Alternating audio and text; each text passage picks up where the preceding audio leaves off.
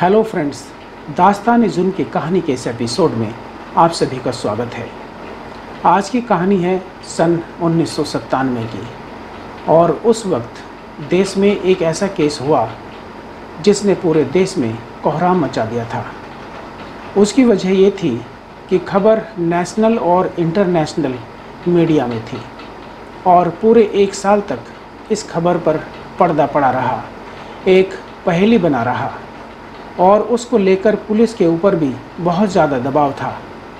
भारत सरकार पर भी दबाव था कि इस केस को जल्दी से जल्द सुलझाया जाए। और जब ये केस सुलझा तो फिर जो चीज़ें सामने आई वो शायद उससे पहले कभी नहीं आई थी। उसके बाद तो बहुत सारे ऐसे इंसिडेंट, ऐसी बहुत सारी घटनाएं हुई, लेकिन उससे पहले ऐसा हादसा, ऐसा इंसिडेंट कभी नहीं हुआ था। ये कहानी 1997 की है, यानी आज से करीब 27 साल पुरानी। 1997 में न्यूजीलैंड के ऑकलैंड में रहने वाली 25 साल की डायना हिंदुस्तान घूमने आती है। डायना अपनी पढ़ाई लंदन में रहकर कर रही थी। उसके फादर वहीं न्यूजीलैंड में ऑकलैंड में रहा करते थे और वो एक सरकारी इंजीनियर थे। डायना उनकी सबसे छोटी बेटी थी। पढ़ाई के बाद छुट्टियों का मौसम आया तो उसने अपने फादर से कहा कि मैं एक बार इंडिया घूमना चाहती हूँ, क्योंकि उसे घूमने का बहुत ज़्यादा शौक़ था। उसे अलग अलग कल्चर को देखने और सीखने का बहुत ज़्यादा शौक़ था। फादर ने कहा कि ठीक है, एक बार जाओ और इंडिया घूम आओ। अब क्योंकि वो पढ़ाई के साथ पार्ट टाइम करके कुछ पैसे भी कमा रही थी, तो पैसा कोई उसके सामने इशू नहीं था। अगस्त 1997 के फर्स्ट वीक में डायना लंदन से दिल्ली पहुंचती है। दिल्ली आने के बाद वो एक दिन दिल्ली में रहती है और फिर दिल्ली से आगरा जाती है, ताजमहल देखती है। ताजमहल घूमने के बाद अब उसका अगला पड़ाव था वाराणसी। वो वाराणसी के घाट, वहाँ के कल्चर, उन सारी चीज़ों को देखना चाहती थी। 7 अगस्त 1997 को अब डायना वाराणसी पहुंच जाती है। वहां जाने के बाद वो एक ओल्ड विष्णु गेस्ट हाउस में जाती है, क्योंकि ये ओल्ड विष्णु गेस्ट हाउस घाट के किनारे पर बना हुआ था और वो यही चाहती थी कि घाट के किनारे वाले किसी गेस्ट हाउस में रुकूं। तो उसी गेस्ट हाउस में वो चेक इन करती है और उसे रूम नंबर 103 मिलता है। डायना का रूटीन था कि वो हर शाम सोने से पहले रात को न्यूजीलैंड अपने पेरेंट्स को फ़ोन किया करती थी। माँ बाप की डायना से जब बात हो जाती तो उन्हें भी लगता कि चलो बेटी ठीक है, सुरक्षित है, तो फिर वो सुकून से सो जाया करते थे। 7 अगस्त 1997 को डायना घाट वगैरह घूमती है और फिर 8, 9 और 10 अगस्त को भी वाराणसी में ही रहती है। 10 अगस्त को वाराणसी के बाहर घूमने जाती है। फिर गेस्ट हाउस से पूछती है कि यहाँ पोस्ट ऑफिस नज़दीक में कहाँ पर है। ये वो दौर था जब मोबाइल जैसी चीज़ें आम नहीं थी, तो लैंडलाइन से ISD करनी पड़ती थी। तो उसने अपने पेरेंट्स को एक लेटर लिखा था। उस लेटर में अब तक की, यानी 8 से 10 दिनों का जो उसका भारत दौरा था, उसकी तमाम यादें थी कि मैं यहाँ गई, मैंने ये देखा, मैं इसके साथ गई। तो ये उसका शौक़ था कि वो अपनी सारी रूटीन अपने पेरेंट्स को बताया करती थी। माँ बाप और बच्चों के बीच में बहुत ही अच्छा रिश्ता था। तो उसने अपनी पूरी अब तक की जर्नी की कहानी एक लेटर की शक्ल में लिखी और वहीं वाराणसी में पोस्ट कर दी। पोस्ट करने के बाद अब 10 अगस्त को आखिरी बार वो अपने घर बात करती है। 11 अगस्त की सुबह 7 बजे की उसकी ट्रेन थी। वाराणसी से उसको दार्जिलिंग जाना था। वो दार्जिलिंग घूमना चाहती थी। फिर दार्जिलिंग से उसे कोलकाता भी जाना था। डायना के घर वालों को डायना के इस प्लान का पता था। तो 11 अगस्त की सुबह वो निकलती है। इसके बाद रात हो जाती है। फिर 12 अगस्त आ जाता है और फिर 13 अगस्त को डायना का फ़ोन घर वालों को नहीं आता है। और अब तक इंडिया में जब से वो आई थी, हर रात वो अपने घर न्यूजीलैंड में फ़ोन किया करती थी और अपनी खैरियत बताती थी और उनकी खैरियत भी मालूम कर लिया करती थी। लेकिन इधर 2 दिन लगातार हो गए थे वाराणसी से निकले हुए और दार्जिलिंग जाने के लिए उसका कोई कॉल नहीं आया। उधर न्यूजीलैंड में डायना के माँ बाप बहुत परेशान हुए क्योंकि डायना से बात नहीं हो पा रही थी। अब फादर करे तो क्या करे, वहाँ से इतनी दूर बैठे हुए हैं, हज़ारों किलोमीटर दूर, लेकिन उन्हें ये पता था कि डायना वाराणसी में कहाँ पर रुकी हुई है और वहाँ का फ़ोन नंबर भी डायना ने माँ बाप को दे रखा था। तो उन्होंने ओल्ड विष्णु गेस्ट हाउस को फ़ोन किया और उन्होंने पूछा कि मेरी बेटी डायना यहाँ रुकी थी। उन्होंने कहा कि हाँ, 7 तारीख से 10 तारीख तक यहाँ रुकी थी और 11 को सुबह उसने चेकआउट कर लिया था। ये उनको पता था पहले से ही कि 11 को उसको सुबह दार्जिलिंग के लिए निकलना था। लेकिन फिर गेस्ट हाउस ने कहा हमें इसके बारे में तो और कुछ पता नहीं है। अब फादर एम्बेसी को कांटेक्ट करते हैं। जब तक 4-5 दिन और निकल जाते हैं। एम्बेसी को बताते हैं कि इस तरह की बात हो चुकी है। न्यूजीलैंड एम्बेसी भारत सरकार को कांटेक्ट करती है। इसके बाद वाराणसी के सीनियर पुलिस अफसर तक ये खबर पहुंच जाती है और तब डायना की तलाश शुरू हो जाती है। लेकिन पुलिस को कोई सुराग नहीं मिल रहा था। धीरे धीरे वक्त बीत रहा था। डायना का कोई सुराग हाथ नहीं लग रहा था। अब डायना के फादर सीधे इंडिया आते हैं अपनी बेटी को ढूंढने के लिए, क्योंकि अब तक काफ़ी दिन बीत चुके थे और उन्हें कुछ पता नहीं लग पा रहा था कि उनकी बेटी आखिर है कहाँ। डायना के फादर का नाम था एलन जैक। एलन जैक अब दिल्ली आते हैं और दिल्ली से वाराणसी जाते हैं। एम्बेसी को सारी जानकारी पहले ही दे दी गई थी। एलन जैक जब वाराणसी पहुँचे तो न्यूजीलैंड में रह रहे उनके फैमिली मेम्बर ने एलन जैक को फ़ोन किया और वो बताते हैं कि यहाँ एक लेटर मिला है डायना का, जो वाराणसी से पोस्ट किया गया था। उस लेटर में उसने इंडिया के दौरे की तमाम बातों का जिक्र किया हुआ था और उस लेटर में एक बहुत ही इम्पोर्टेंट चीज़ लिखी थी। डायना ने उसमें लिखा था कि मैं वाराणसी आकर भी बहुत खुश हूँ। यहाँ का कल्चर देखकर मुझे बहुत हैरानी हो रही है और जो मुझे गाइड मिला है वो बहुत अच्छा गाइड है और उस गाइड ने मुझे तमाम बनारस की गलियाँ और घाट दिखाए हैं और वो फर्राटेदार अंग्रेजी भी बोलता है। और उस लेटर में उसने उस गाइड का नाम भी लिखा था। गाइड का नाम था धर्मदेव यादव। अब जैसे ही ये बात पता चली तो डायना के फादर गेस्ट हाउस जाते हैं और पूछते हैं कि आप किसी धर्मदेव यादव को जानते हो। तो पता चलता है कि जिस ओल्ड विष्णु गेस्ट हाउस में डायना रुकी थी, ये गाइड उस गेस्ट हाउस से ही जुड़ा हुआ था। उसने बताया कि धर्मदेव यादव यहाँ आने वाले सभी फॉरेनर्स को घुमाने ले जाता है और ये हमारा सबसे फेवरेट गाइड है। जब उससे पूछा गया कि ऐसा क्यों, तो उसने बताया कि उसका कोई लैंग्वेज बैरियर नहीं है, वो फर्राटेदार अंग्रेजी बोलता है।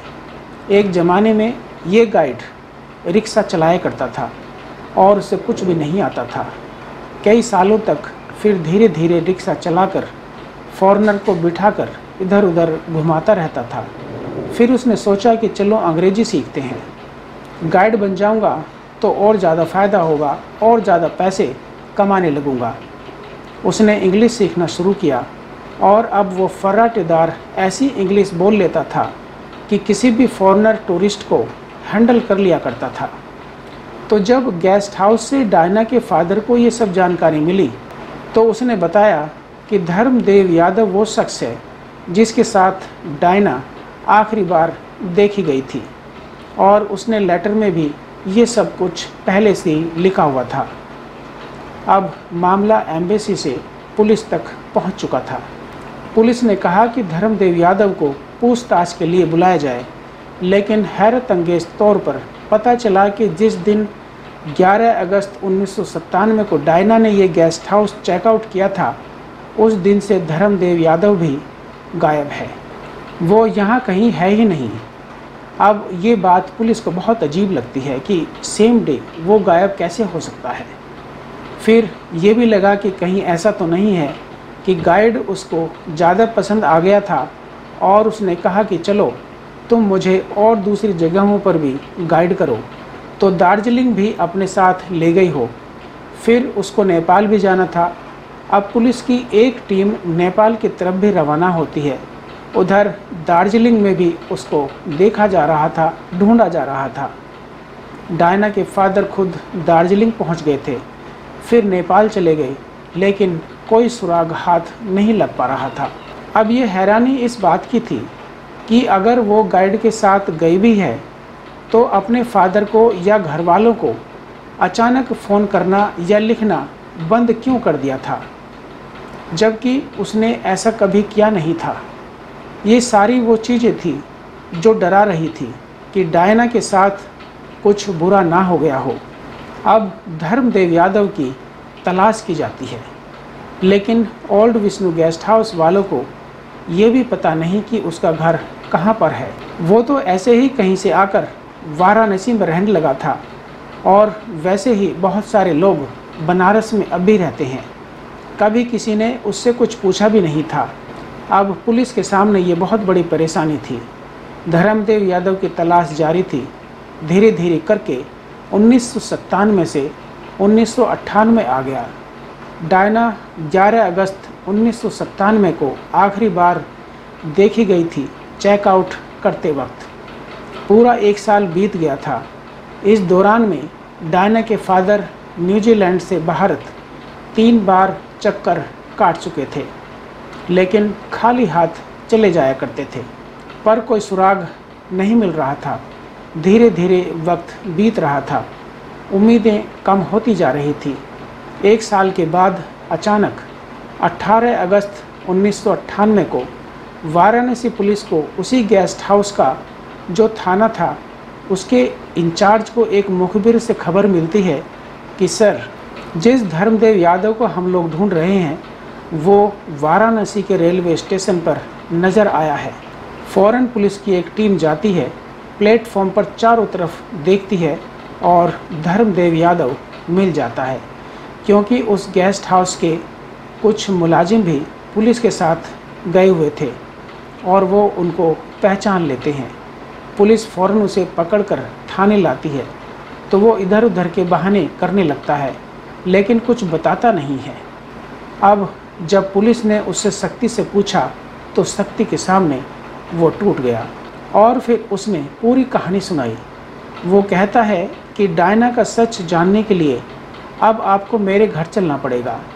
अब पुलिस उससे कहती है कि चलो अपने घर ले चलो। उसका घर उस गेस्ट हाउस से जहां डायना रुकी थी करीब 9 किलोमीटर की दूरी पर था। वाराणसी के करीब इस गांव का नाम है वृंदावन। एक वृंदावन मथुरा में भी है, लेकिन ये वाराणसी के पास वाला वृंदावन है। पुलिस की टीम गांव पहुंचती है। धर्मदेव यादव का एक शानदार मकान था, 7 कमरे वाला। पुलिस देखकर हैरान थी कि एक गाइड जो पहले रिक्शा चलाया करता था, ये सब कैसे। तो पता चला कि एक टूरिस्ट थी, वो उसको बताता था कि वो मेरी गर्लफ्रेंड है। उसने जाते जाते खुश होकर उसे ढेर सारा इनाम दिया था और उसी पैसे से उसने ये सारा घर बनवाया था, 7 कमरों वाला। उसकी बीवी थी, एक बेटा था। पहली बीवी के रहस्यमय तरीके से मौत हो चुकी थी। उसकी मौत कैसे हुई किसी को कुछ पता नहीं था। फिर उसने दूसरी शादी की। दूसरी पत्नी से एक 3 साल का छोटा बेटा भी था। अब वो अपने घर का ताला खोलने के लिए चाबी निकालता है, दरवाज़ा खोलता है। अब वो पुलिस वालों को लेकर अंदर जाता है। कमरे में एक बेड था, पूरा ज़मीन पर प्लास्टर था, दीवारें, छत, सब कुछ सलीके से थी। वो बेड की तरफ देखता है और पुलिस वालों से कहता है कि इस बेड को हटा दीजिए। तो उसके बाद बेड को हटाया जाता है। बेड को कमरे से बाहर निकाला जाता है। वो कहता है कि जहाँ पर ये बेड है उसके ठीक नीचे खुदाई शुरू कीजिए। अब जब ये सब कुछ हो रहा था तब उसकी बीवी भी आ जाती है, क्योंकि एक दिन पहले ही पुलिस ने उसको पकड़ा था। खबर पहुंच चुकी थी कि उसका पति गिरफ्तार हो चुका है। वो अपने बच्चे को लेकर उसी घर में आ जाती है। अब घर में और घर के बाहर भीड़ को देखकर घबराई हुई वो उसी कमरे में दाखिल होती है जिसमें खुदाई हो रही थी। अब जिस कमरे में ये बेड है और तमाम पुलिस वाले हैं, ये वही कमरा है जिसमें उसकी पत्नी अपने बेटे के साथ पिछले 1 साल से सो रही थी। अभी तक उसकी बीवी को कुछ समझ में नहीं आ रहा था। वो पूछ रही थी कि आप क्यों मेरे बेडरूम से बेड हटा रहे हैं और ये फावड़ा क्यों चला रहे हैं? आप ये ज़मीन क्यों खोद रहे हैं? कमरा क्यों बर्बाद कर रहे हैं? कोई उसे कुछ नहीं बताता है। धीरे धीरे खुदाई होती जाती है और गड्ढा गहरा होता जाता है। तमाम पुलिस वाले, उसके बीवी बच्चे सब वहीं पर मौजूद हैं। इसके बाद अचानक अंदर एक कंकाल दिखाई देता है। कंकाल को जब बाहर निकाला जाता है, उसकी बीवी खड़ी हुई है और धर्मदेव यादव ये बता रहा है कि साहब, यही है डायना, और मैंने 13 अगस्त 1997 को इसी कमरे में उसका गला घोंटा था और फिर इसी कमरे में गड्ढा खुदवा कर उसको दफना दिया था और फिर इस पर प्लास्टर करवा दिया। फिर इसी के ऊपर बेड रखा ताकि किसी को कभी शक ना हो। मैंने अपना बेडरूम बदल लिया और इसी बेडरूम में आ गया और बेटे के साथ इसी रूम में सोता था। ये कहानी सुनते ही पास में खड़ी उसकी बीवी बेहोश होकर गिर पड़ती है। उसे अगले आधे घंटे बाद होश आता है और जब होश आता है तो वो चीखने लगती है, इस बात के साथ कि मैं पूरे 1 साल तक किसी लाश के ऊपर बिस्तर पर सो रही हूँ। मेरा बेटा भी सो रहा है और मुझे पता तक नहीं।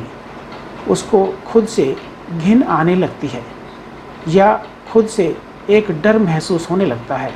इसके बाद कंकाल के टुकड़ों को उठाया जाता है और हॉस्पिटल भेज दिया जाता है। न्यूज़ चैनल को खबर दी जाती है। खबर एक दिन पहले ही दे दी गई थी क्योंकि धर्मदेव यादव गिरफ्तार हो चुका था। डायना के पिता फिर से न्यूजीलैंड से वाराणसी पहुंचते हैं। आने के बाद वो धर्मदेव यादव से मिलते हैं और पूछते हैं कि तुमने मेरी बेटी को आखिर मारा क्यों? फिर वो पूरी कहानी सुनाता है। धर्मदेव यादव कहता है कि 3 दिन तक बनारस में मैंने डायना को बहुत घुमाया, यहाँ तक कि हमारी इतनी दोस्ती हो गई कि डायना अगर कहीं डिनर करती, लंच करती, यहाँ तक कि दिन में घूम रहे होते तो वो मुझे अपने सामने के टेबल पर बिठाकर खुद भी खाना खाती थी और मुझे भी खिलाया करती थी। कभी ये भेदभाव नहीं करती थी कि मैं एक गाइड हूँ या उससे छोटा हूँ या गरीब हूँ। उसने उसे वो दर्जा दिया और वो उसको बहुत अच्छे से घुमा रहा था। 11 अगस्त 1997 की सुबह 7 बजे उसे दार्जिलिंग जाना था। ये बात सिर्फ धर्मदेव यादव को ही पता थी। धर्मदेव यादव को ये भी पता चला कि इन 3-4 दिनों में कि डायना के पास काफ़ी पैसे हैं। इन 3-4 दिनों में उसे ये भी पता चल गया था कि उसे इंडिया अभी कुछ और दिन रहना है और उसने ये भी कहा था कि मुझे रियल इंडिया देखना है। आपने कई फिल्मों में देखा होगा, रियल इंडिया में गरीबी, सब गरीब लोग, गरीब बस्तियाँ, झुग्गी, स्लम और बहुत सारे विदेशियों को ये देखने का बड़ा शौक़ होता है। तो डायना ने भी कहा कि मुझे रियल इंडिया देखना है और रियल इंडिया में रियल इंडिया के कल्चर के साथ साथ गांव, गरीबी, भूखमरी ये सब भी देखना है। तभी धर्मदेव यादव को आइडिया आया और उसने कहा कि तुमको रियल इंडिया देखना है तो मेरे साथ मेरे गांव चलो। तो डायना ने कहा लेकिन मुझे तो दार्जिलिंग जाना है। तो धर्मदेव यादव ने कहा कि तुम दार्जिलिंग से जाकर फिर यहाँ आओगी तो बहुत ज़्यादा खर्च हो जाएगा। ये दार्जिलिंग की टिकट मैं तुम्हारी दोबारा करा दूँगा। मेरे पास तो एजेंट के नंबर भी हैं, कुछ पैसे तुम्हारे खर्च नहीं होंगे और ये कैंसिल भी हो जाएगा। 1-2 दिन बाद की टिकट करा देंगे। डायना मान गई और यही उसने अपनी ज़िंदगी की सबसे बड़ी गलती की थी। दार्जिलिंग ले जाने के बजाय धर्मदेव यादव उसे अपने साथ अपने उसी गांव में ले जाता है जहां पर उसने एक आलीशान मकान 7 कमरों वाला बनाया हुआ था। उसकी बीवी और उसका बेटा वहां नहीं थे, वो मायके में गए हुए थे। धर्मदेव यादव के 3 और दोस्त भी थे। धर्मदेव यादव ने गांव दिखाया। पहले दिन सब ठीक था। फिर 12 तारीख आई, उसने 12 तारीख को भी गांव घुमाया और दूसरे दिन भी सब कुछ ठीक था। फिर 13 अगस्त की तारीख आई। 13 अगस्त को ये 3 दोस्त बैठकर देसी शराब पी रहे थे। देसी शराब उनको चढ़ गई और उसके बाद अचानक बुरी नीयत जागी। तीनों ने डायना के साथ ज़बरदस्ती करने की कोशिश की। डायना थोड़ी हिम्मत वाली लड़की थी, उसने अपना बचाव किया और वो फिर चीखने लगी और उसके साथ में ये भी बोलने लगी कि मैं पुलिस को बुला लूँगी। तब उसने धमकी दी। तब वो चारों डर गए थे और इसके बाद उन्होंने उसका मुंह बंद करने के लिए उसका गला घोंटना शुरू किया, ख़ास तौर पर धर्मदेव यादव ने। और उसी दौरान डायना की मौत हो जाती है। मौत होने के बाद लाश कमरे में ही थी। चारों उससे डरे नहीं। फिर शराब पी और पूरी रात बीत गई। फिर अगले दिन सुबह धर्मदेव यादव ने दूसरे कमरे में, जो यूज में नहीं था, उसने वहां बुलाया एक मिस्त्री को और एक मजदूर को और उसने कहा कि यहाँ एक गड्ढा खोद दो। उस कमरे में उसने गड्ढा खुदवाया। गड्ढा खुदवाने के बाद उन्हें पैसे दिए और वे मजदूर और मिस्त्री वहाँ से चले गए। उसके बाद ये लोग फिर शराब पी रहे हैं। जब रात हुई तो लाश को उठाया और उसी कमरे में गड्ढे में लाश को डाल दिया और फिर अगले दिन मजदूर को बुलाया और बोला इस पर प्लास्टर कर दो। फिर उसने प्लास्टर कराया और उसके बाद उसने अपने बेडरूम का बेड उस बेडरूम में शिफ्ट किया, उस पर गद्दा लगाया और उसके बाद उसके सारे दोस्त अपने अपने घर को चले गए। फिर उसने अपनी बीवी और बेटे को बुलाया और किसी को पता ना चले, इसलिए वो उसी कमरे में, जिस कमरे में लाश थी, उसी के बेड के ऊपर अपनी बीवी और बेटे के साथ अगले 1 साल तक सोता रहा। जब ये सारी कहानी सामने आई तो फिर मामला कोर्ट में गया। 2002 में लोअर कोर्ट ने अपना फैसला सुनाया। उसने धर्मदेव यादव को सजाए मौत दी। बाकी 3 के खिलाफ कोई ऐसा सबूत नहीं था कि वो इसका गला घोंटने में शामिल थे, इसलिए उन्हें मामूली सज़ा दी गई।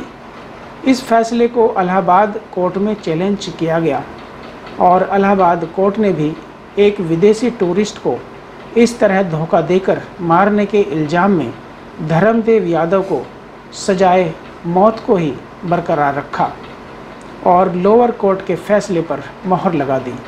अब इसके बाद वो सुप्रीम कोर्ट पहुँचे।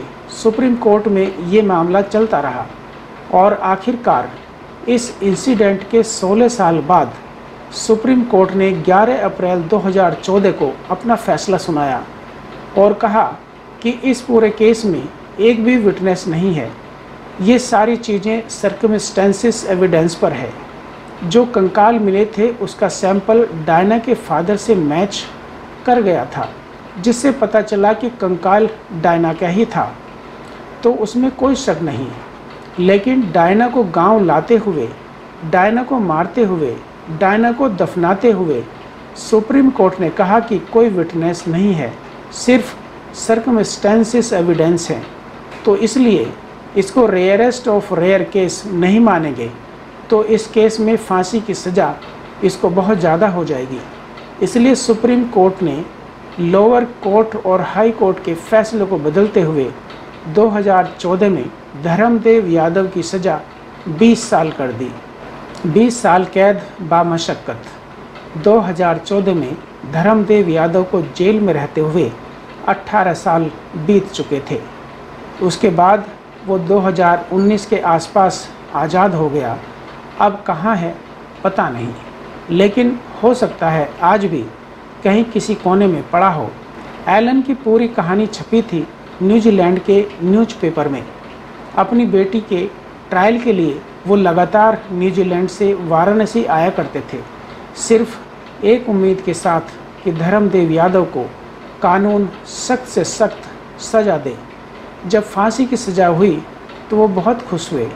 उन्होंने कहा कि अगर इसे फांसी पर चढ़ा दिया जाए तो मुझे कोई अफसोस नहीं होगा। करीब $1 लाख उन्होंने अपनी बेटी के मुकदमे में लगा दिए। इंडिया आने जाने में उन्होंने अपनी पूरी पूंजी खर्च कर दी अपनी बेटी के कातिल को सज़ा दिलाने के लिए। $1 लाख आज के दौर में करीब 80 लाख रुपए के करीब होते हैं। लेकिन फिर हुआ क्या? सुप्रीम कोर्ट ने सिर्फ 20 साल के बाद उस कातिल को आज़ाद कर दिया और आज वो हमारी इसी आबादी के बीच, इसी सोसाइटी में कहीं किसी और नाम से, शक्ल सूरत तो उसकी बदल गई होगी लेकिन वो आज भी ज़िंदा होगा, कहीं घूम रहा होगा। तो दोस्तों, ये थी आज की दिल को बेसुकून कर देने वाली, अफसोसनाक और बहुत ही ख़तरनाक कहानी। इस कहानी को सुनाने का मकसद किसी का दिल दुखाना या किसी को परेशान करना बिल्कुल नहीं है, बल्कि आपको जागरूक और सचेत करना है। दास्तानी जुर्म भी बाकी है। हम जल्दी फिर लौटेंगे एक और नई कहानी के साथ। तब तक आप अपना और अपनों का ख्याल रखें। हमारी ये वीडियो आपको अच्छी लगी हो तो चैनल को सब्सक्राइब करें, वीडियो को लाइक और शेयर करें।